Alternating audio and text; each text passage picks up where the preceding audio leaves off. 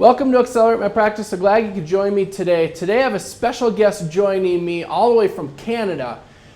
David Harris is the owner and founder of a company called Prosperident that does investigation for embezzlement all through the Americas, through Canada, New Zealand, Australia, and has become a go-to expert in this area.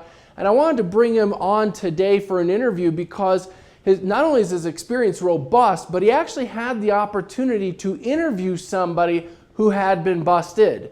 And there's so much insight that we can gain from this interview, from this experience, and from this story, and from David, that I think it could be a great benefit to all of our clients and anybody else who might be watching. So with that being said, I want to introduce David Harris from Prosperident. Thank you so much for joining me today. I very, very much appreciate it. Any opening thoughts or conversations or things you want to mention? Well, it's great to be here with you, Darren. You're somebody who I've thought of for a long time as a friend, and I'd love to get the chance to chat here. Well, it's certainly my pleasure. You know, I really want to chat through this interview. I got to read this interview that you did some time ago with somebody who had actually been busted, and it was just amazing to me to hear how much you were able to learn, how vulnerable the person was.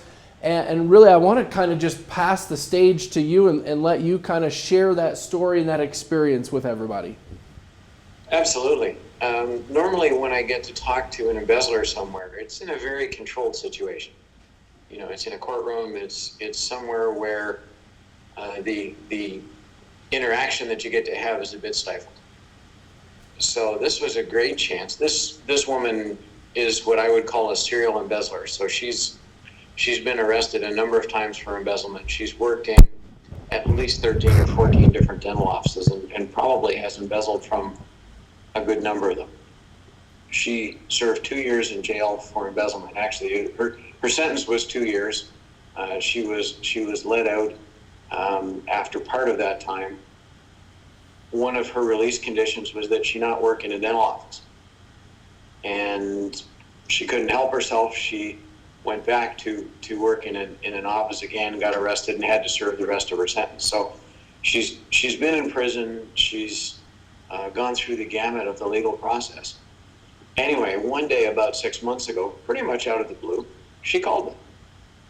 And she said to me, I want to tell my side of the story because I think I'm being vilified a little bit in the media. So what followed was several conversations with her, some of them quite lengthy, and then ultimately a face-to-face meeting with her a month or two later. What I didn't know at the time was simultaneously with our discussions, she was once again in trouble,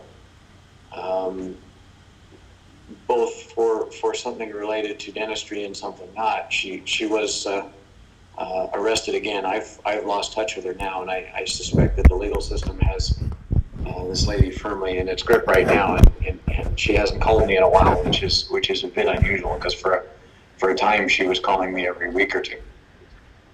Anyway, very, very good chance to kind of see what makes this woman tick. And like every private investigator, I'm a bit of an amateur psychologist, so I'm trying to see what I can take away from all this, and there's lots. Awesome. So what were the highlights of the conversation? What were the big aha insights that you can share with someone who might have concerns in this area? The biggest thing probably is her quick propensity to rationalize. And a lot of what she said revolved around how she viewed the dentists for whom she worked. And probably the biggest thing there was, in her eyes, every one of them was crooked. And that somehow made it okay for her to steal as well. And one of her comments to me, and I can't quite quote her verbatim, but she said, okay, so I stole $1,000 here, $1,000 there, but at the same time I was doing that, the dentists who I worked for were taking many times that from insurance companies. That was her way of telling herself that being dishonest is okay. So she was a rationalizer. She's also very definitely a narcissist. One of her big complaints when she got out of prison was that she didn't have the money to get her nails done. Not that, I didn't have the money to take my teenage kids to a movie or something like that, but I couldn't get my nails done. I guess when you're in prison, you grow to miss the niceties of life, such as having your nails done. The prison she was in is one that is kind of referred to as a country club. I don't get the impression that she suffered all that much in terms of creature comforts, although, certainly there's a loss of freedom and a loss of the ability to do things that most people do. But no, her complaint was she didn't have the money to get her nails done. Interesting. So relative to this topic of rationalizing behavior away, rationalizing the fact that, hey, doctor's doing it, is there a lesson to be learned in there that leadership, the doctor's leadership and how he handles or he or she conducts themselves increases their risk for this sort of behavior out of employees? Is that a fair assessment in your experience? It is, and Darren, I think you and I both know the cruel trick that they play on dental students in fourth year. They're really close to graduating, they're up to their eyeballs in debt, and then somebody says to them, oh, and by the way, you also have to run a business. And at that point, there's just no turning back. I know very few dentists who got into dentistry out of a burning desire to be small business owners. For the vast majority of them, that's really almost a curse that comes with the privilege of helping people and restoring their smiles and making them feel good about themselves. So every dentist I've ever met wants to spend more time in their operatory and less time dealing with the minutiae of running a business. And it almost creates this vacuum, and embezzlers will quickly jump in and fill it. And in this case, the embezzler has a very common interest with the doctor. The embezzler also wants the doctor in their operatory because that's what gives the enabling mechanism for the embezzler to steal. Yeah, lack of oversight certainly is going to make it a whole lot easier. And what scares me that I see a lot, which is what you're describing, is that I run into a lot of doctors who are like, hey, I just want to be in the chair. I don't want to worry about the business. I want to own it. I want to make the income of being an owner versus being an employee, but I don't want to actually have to run it. So I'm going to delegate all the decision making, all the responsibility over to this person, whoever this person is.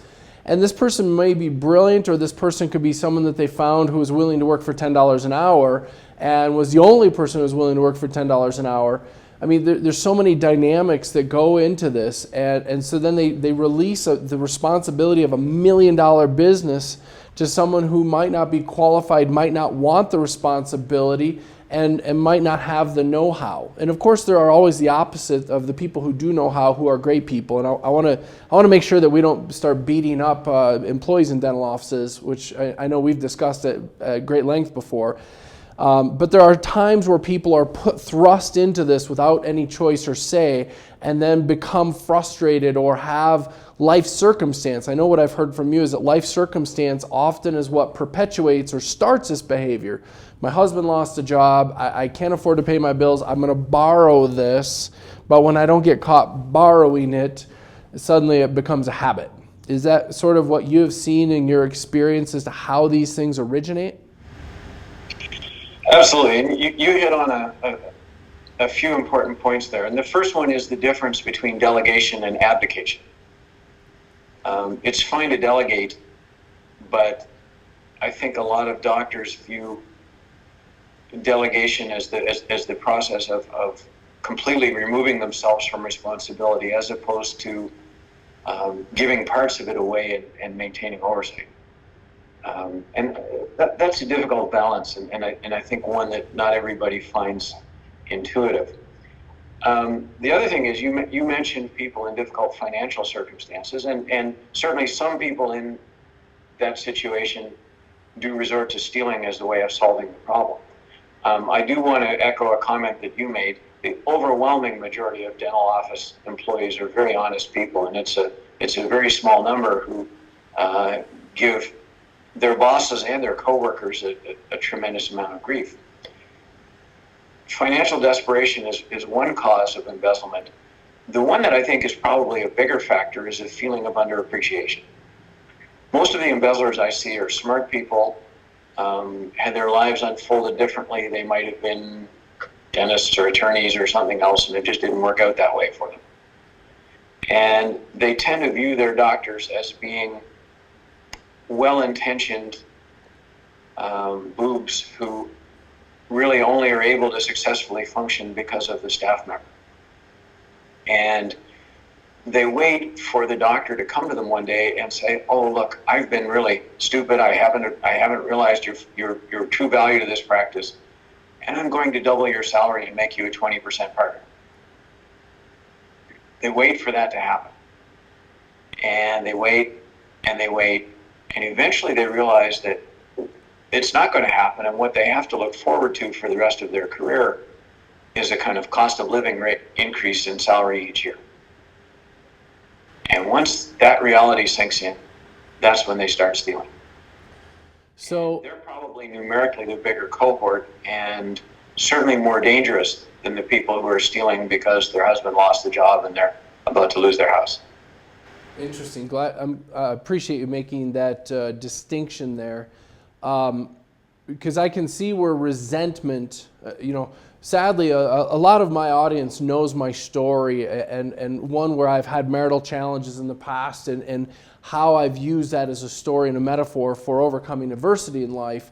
And resentment was one of the key issues that caused a lot of my marital challenge for my wife and I both. And I can see an undercurrent here of how resentment is going to cause somebody to, kind of flip the middle finger at their boss and be like, "Hey, you know what? Screw him. I don't care. I'm going to take some." And because he didn't give me a raise or he didn't do something. So I can see where appreciation and gratitude would play a huge role in preventing it in your office. And of course, it always helps to maintain good morale amongst the team, and I think is a very important component of that. Do you see any other common scenarios that because what I'm trying to think of is how can we prevent it? There's no way to prevent it 100%.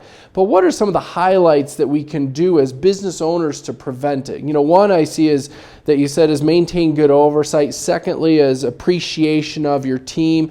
Thirdly, I think is so far is leadership and setting a good example of, hey, I'm not going to bend the rules or break the rules or steal from insurance because that just looks bad and it sets a precedent for the employees.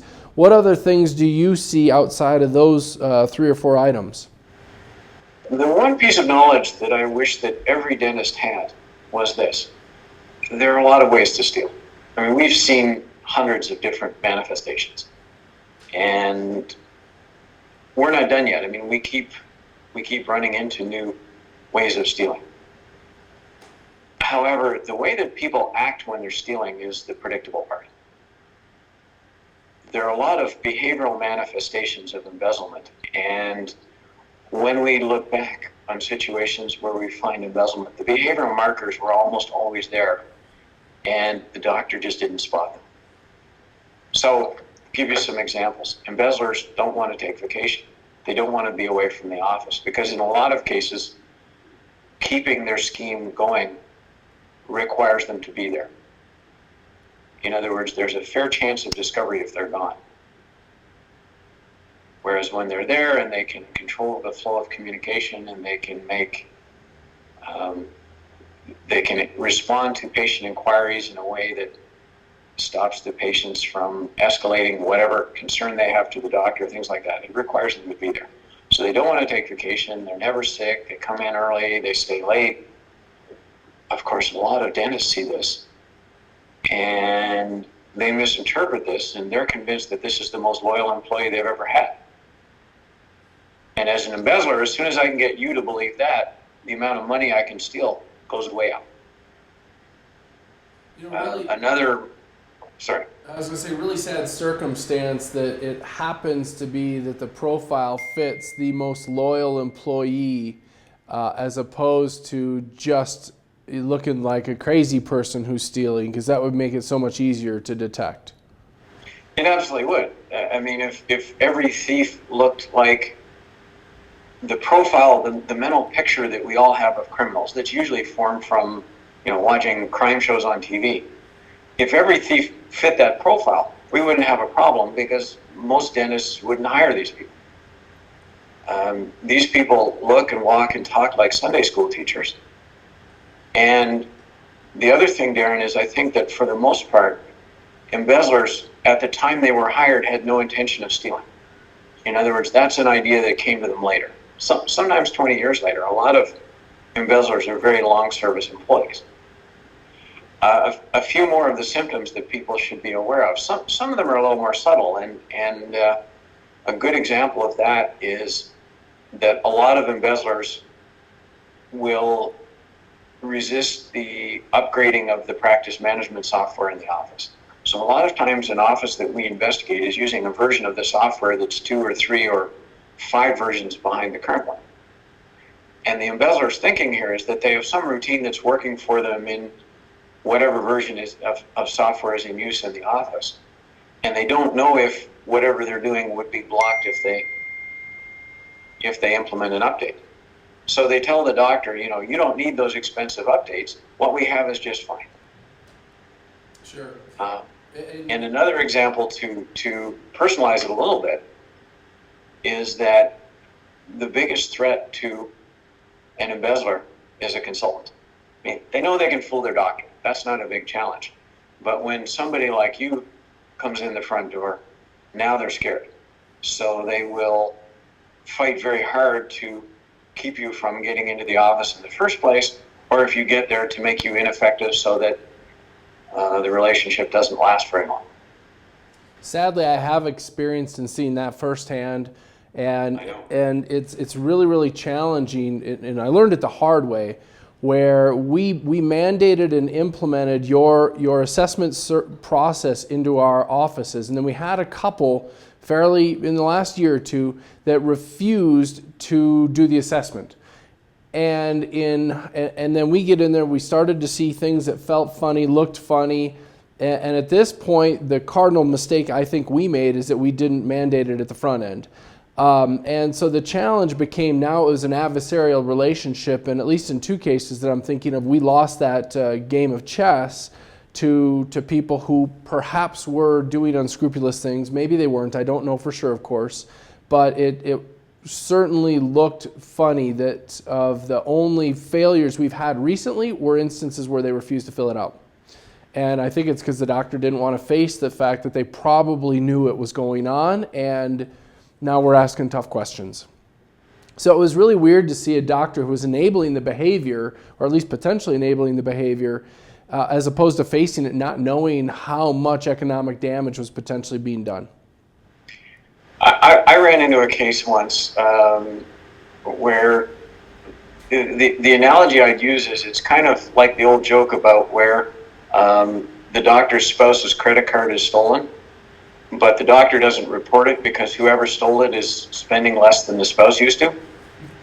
I had a doctor say to me, yeah, it's possible she's embezzling, but she's so valuable to this practice and she makes us so much money that I can't face the possibility that might be happening.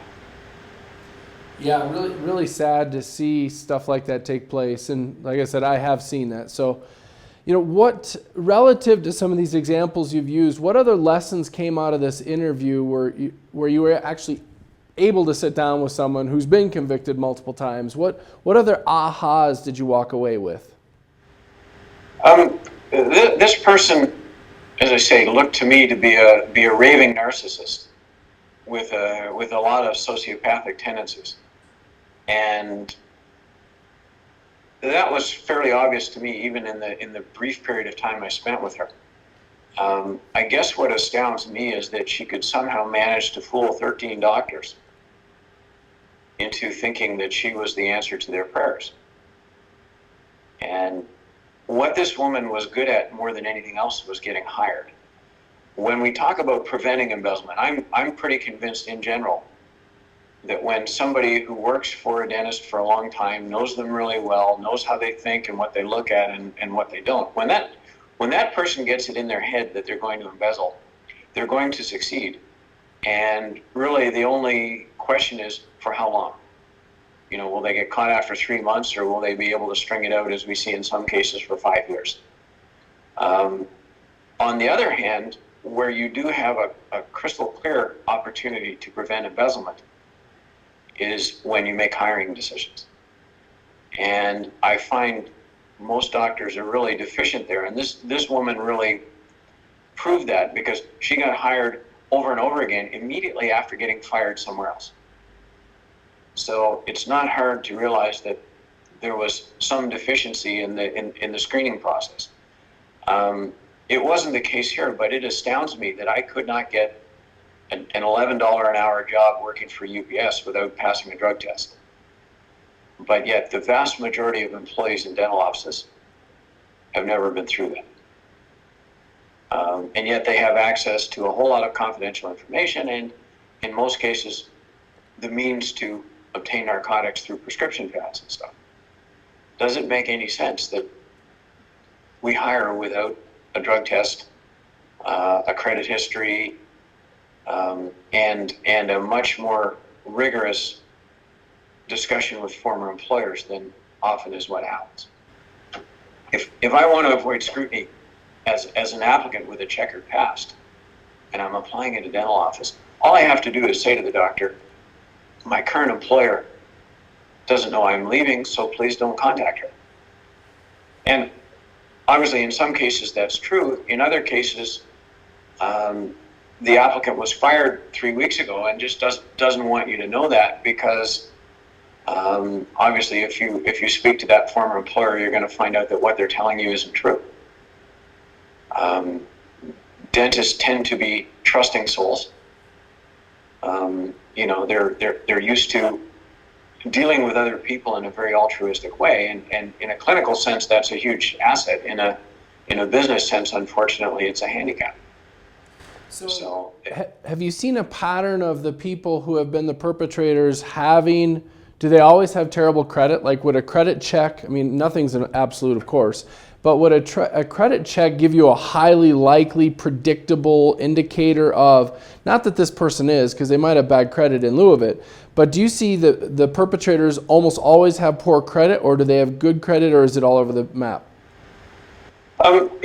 It's not a really good predictor without some interpretation. If you're hiring somebody as a dental assistant and they're a single parent, with what dental assistants make, any family for whom that is the sole source of income is going to have credit problems. The person who worries me, Darren, is the person whose spouse is a contractor and they live on the great big house on the hill and they have poor credit. Gotcha. Okay.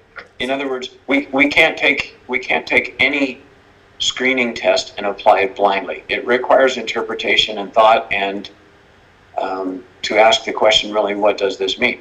I'd say the same about a criminal conviction. Somebody who was convicted for embezzlement somewhere else a year ago represents a different risk to your practice than somebody who was busted for marijuana in 1982. So no test that can be applied really is a binary one. They all require a little bit of thought. So to me, credit is a piece of the puzzle. And if somebody is clearly living very high and doing it on borrowed money, they present a much greater risk to your practice than, as I say, a single parent who's a month behind in their mortgage payment. You could argue that second person is going to be really grateful to have the job and isn't necessarily going to give you problems. Sure, I can appreciate that. So interviewing is a great prevention technique, or something that needs to be thought about and applied. From a prevention perspective, what other lessons have you learned? I've learned that, again, we've got to watch behavior. And to go back to something you mentioned a few minutes ago, dentists have to be a little bit decisive about dealing with this issue. There are so many who will hope that the problem will go away, or that they're misreading the symptoms, instead of realizing that there's a potential problem and it requires some investigation and some vigilance, and then being able to determine whether it's a potential problem or a real problem. Sure. We see so many doctors who keep smacking themselves in the head by the time they call us saying, you know, the writing was there on the wall 2 years ago and I just couldn't be bothered reading it. And that's where a little problem turns into a big problem. Just to give you some numbers, the typical embezzler takes between 2 and 4% of collections each month. So an office that's billing $100,000 a month could be losing up to about $4,000 a month to an embezzler. If that goes on for 3 or 4 or 5 years, you know, you're into a problem that could be $1 million. If it's caught early, then it's still not good news, but a lot better situation for the dentist. So let's assume for a moment I'm an employee in an office and I want to make sure and keep myself safe, regardless of what anyone else might be doing. What advice do you have to the great people in the office that want to protect their own caboose, even if they feel something suspicious or not? What can I do as an employee in an office to keep myself safe? Great question. And the answer is the same one that I see posted at airports sometimes. If you see something, say something. In a lot of cases where we discover embezzlement, what we find out after is that 2 or 3 of the embezzler's coworkers saw something funny going on, but just didn't feel comfortable enough going to the doctor with it. And that causes them problems because now they get viewed a little bit differently by the doctor than they used to be. And there's an easy way to approach it.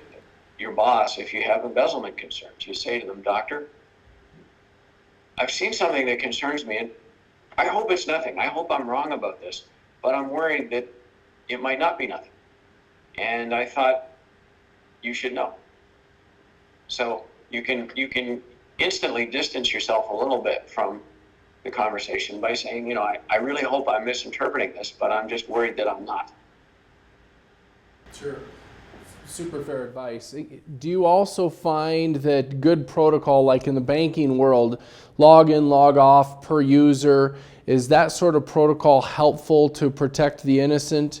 Because if I'm always logging off, at least the embezzler is not doing things through my profile, my name, which, you know, if you come in to investigate and it's all on my name because someone else was using my login, all of a sudden I'm at risk. It's certainly a good practice. Let's not underestimate the embezzler, though. If I'm stealing in an office and the office is doing things right in terms of how passwords are set up, and a lot of practice management software can be set to time itself out. So even if people forget to log off, that the software will do it for them. But if I'm working in an office as an embezzler and I'm embezzling in that regime, my thought process is very simple. I need to get somebody else's password so that when the excrement hits the fan, that they get blamed instead of me.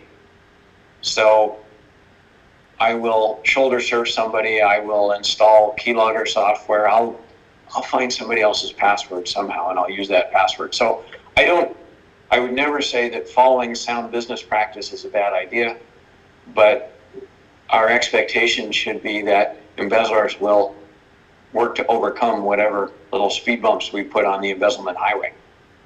Fair enough. And I think the key is the more speed bumps we can put in place, the better off we are. But point well taken that someone who's determined is going to figure out a way around it. So conversely, let's assume now I'm the unscrupulous person who's been doing bad things, and now all of a sudden I have this aha moment of, holy cow, I need to get clean on this. What advice would you have to somebody who wants to turn the corner and stop?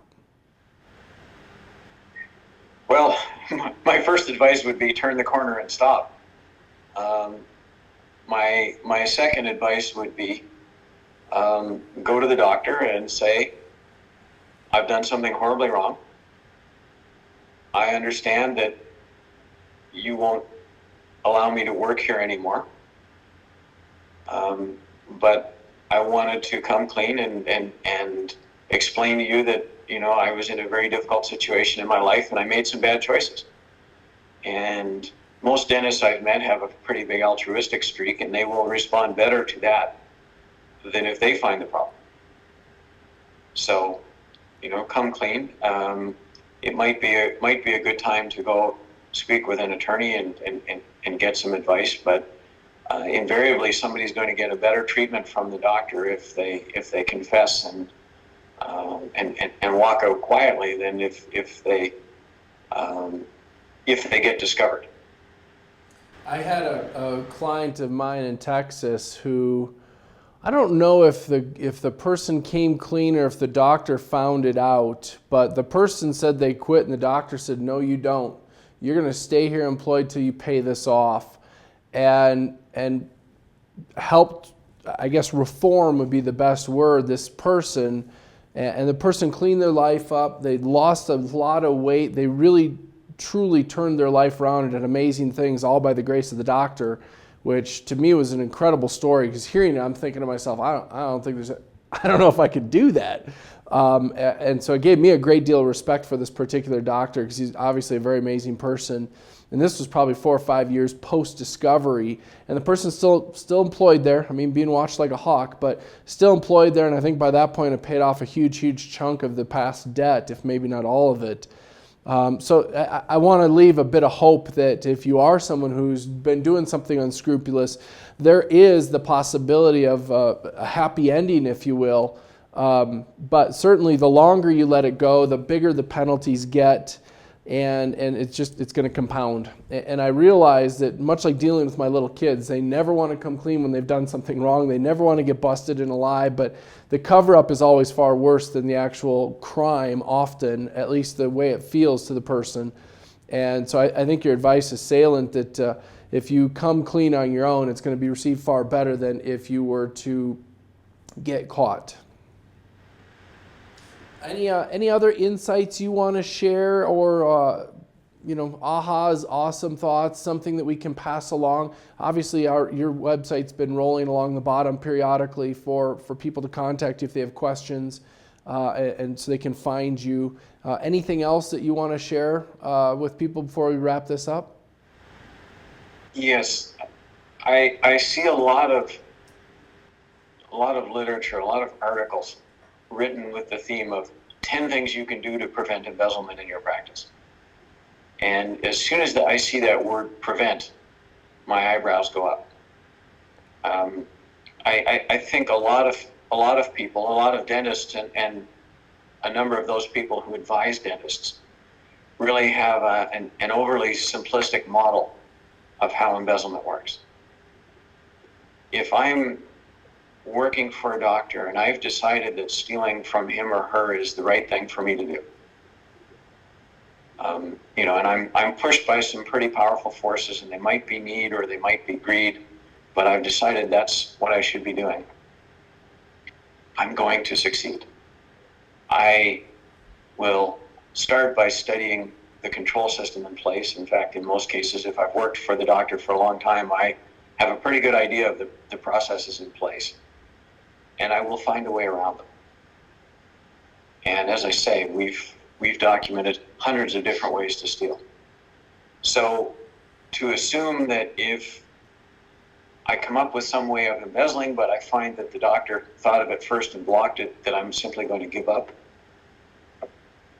really underestimates the determination and creativity of the embezzler. I've used this example elsewhere, Darren, but we want to analogize embezzlement to other types of crime. And the sort of classic parallel that people improperly draw is the burglar alarm system on somebody's house. If you have an alarm system in your house, it's very effective.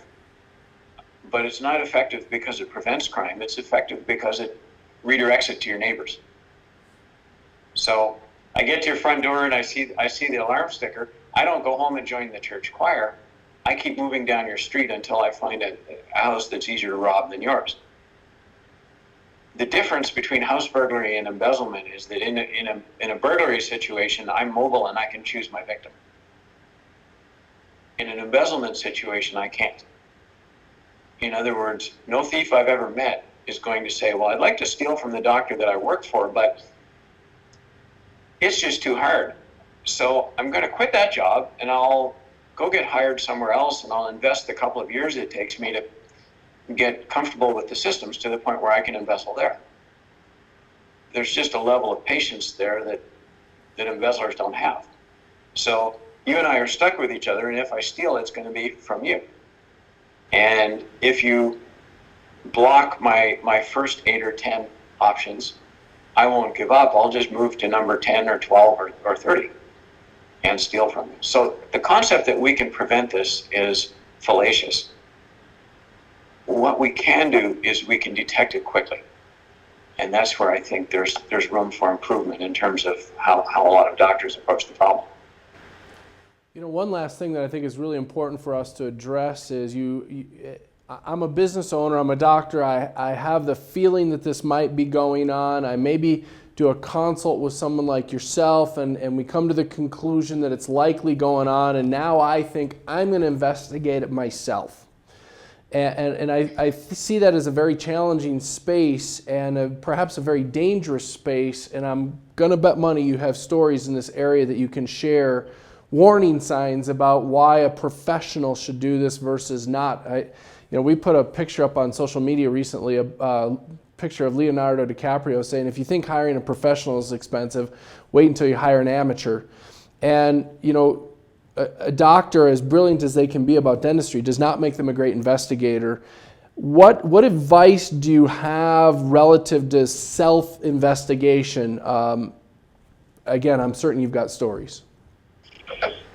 I do. There are two problems with self-investigation. The first one is the volume of data is big, and your tools for sorting through it are feeble.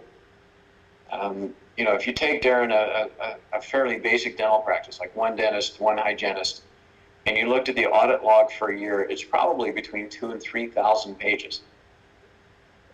So to go through that looking for patterns is a huge amount of work.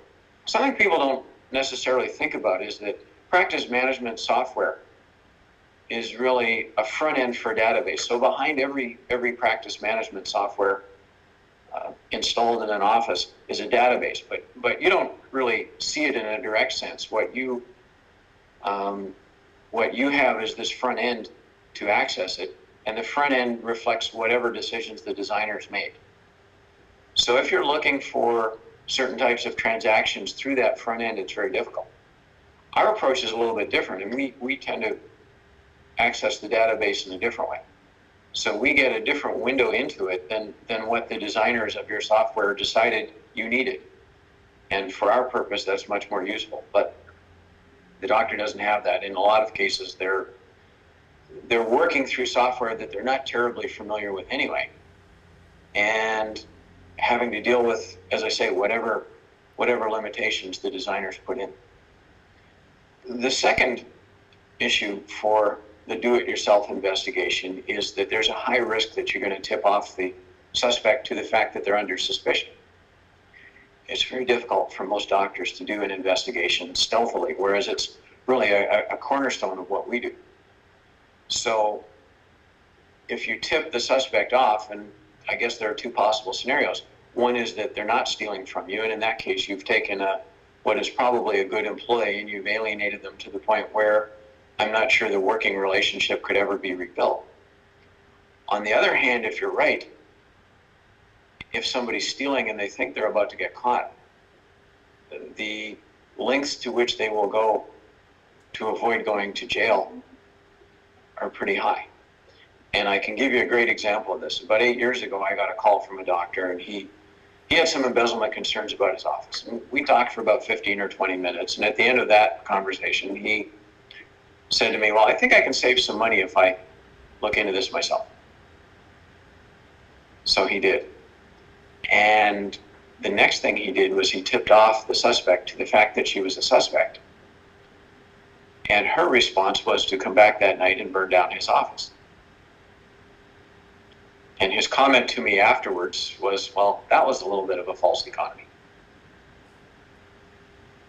Of course, when she burned down the office, she was also the person who did the backups. So she took all of the backup media and made very sure that they were next to the computer when she lit the match. So there's a danger that somebody will destroy evidence. Evidence, of course, being the information that your practice functions on. Or worse, we weren't involved in this case, but in 2012, a woman in Maryland pled guilty to murdering the dentist from whom she'd been embezzling. She was stealing. She thought she was going to get caught, so she came back to his office one night when she knew he'd be there. She brought her cousin with her for muscle. Her name is Shante Joyner Hickman, and her thug cousin is Dante Jeter. And they dragged the dentist, Dr. Albert Rowe, into the bathroom, and they beat him to death. The amount embezzled was $17,000. She received a 12-year sentence, and her cousin was sentenced to 20 years in jail. None of which helps the doctor's family. So it's an area where there's the possibility of strong action on the part of a suspect if they think they're going to get caught. And in my mind, it's just no place for well-intentioned dabblers, whether they're dentists or somebody who the dentist has hired to help them, like a trainer from a practice management software company or something like that. If they don't live in this world, things can go really wrong. Yeah, I can't disagree with that at all. I know myself, when people ask if we'll investigate it, my answer is we'll poke around to try and get a feel, but I'm going to refer to someone who's an expert because I'm not. And I'm great at earning back the loss you had. I'm good at helping to grow the practice. We're decent at getting a feel for it, especially with your tools, thankfully, and I appreciate you allowing us to use those. But our ability to actually investigate it ourselves, no, is the answer. And I just think I'd be setting myself up for a lot of trouble. Any other concluding thoughts before we call it a day? No, I think we've covered some interesting stuff here today. Well, I want to thank you so very much for spending the time with us today. If any of you have any questions about something that could be going on, whether you're an employee in an office, whether you're a doctor, please feel free to reach out to their organization. We've seen great results from what they've done. They are human just like us as well, so if you expect them to be absolutely flawless and perfect, I think you're going in with the wrong expectation. But I think their intent and their organization and the results they get, the vast majority of the time, are pretty outstanding. And if you have questions, I would suggest a one-on-one conversation with David or with someone on his team appropriately to handle that. If you are someone who's sitting here watching this right now who is sitting in the guilty chair, my advice is come clean, straighten your life out, because it's not going to get any better, that's for sure. If you're someone else who's observing behavior in the office, don't be complicit, don't be a part of the process, get out of it, and take his advice of, doctor, I'm concerned about something I'm seeing. I hope I'm wrong, maybe I am, but I at least need to let you know. And I think if we all do that, we can all improve this industry all together. And so with that being said, again, I want to thank you, David, for being here with us, and longer show than we're used to. But feel free to reach out to your coach if you have any questions, or to David's organization. And again, thank you, David, for your time. And with that, we'll see you 8 o'clock Mountain, 10 o'clock on the East Coast next week. Until then, have a wonderful day.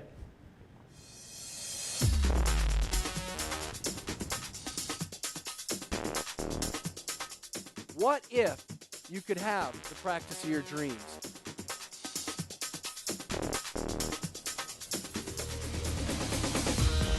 What's holding you back?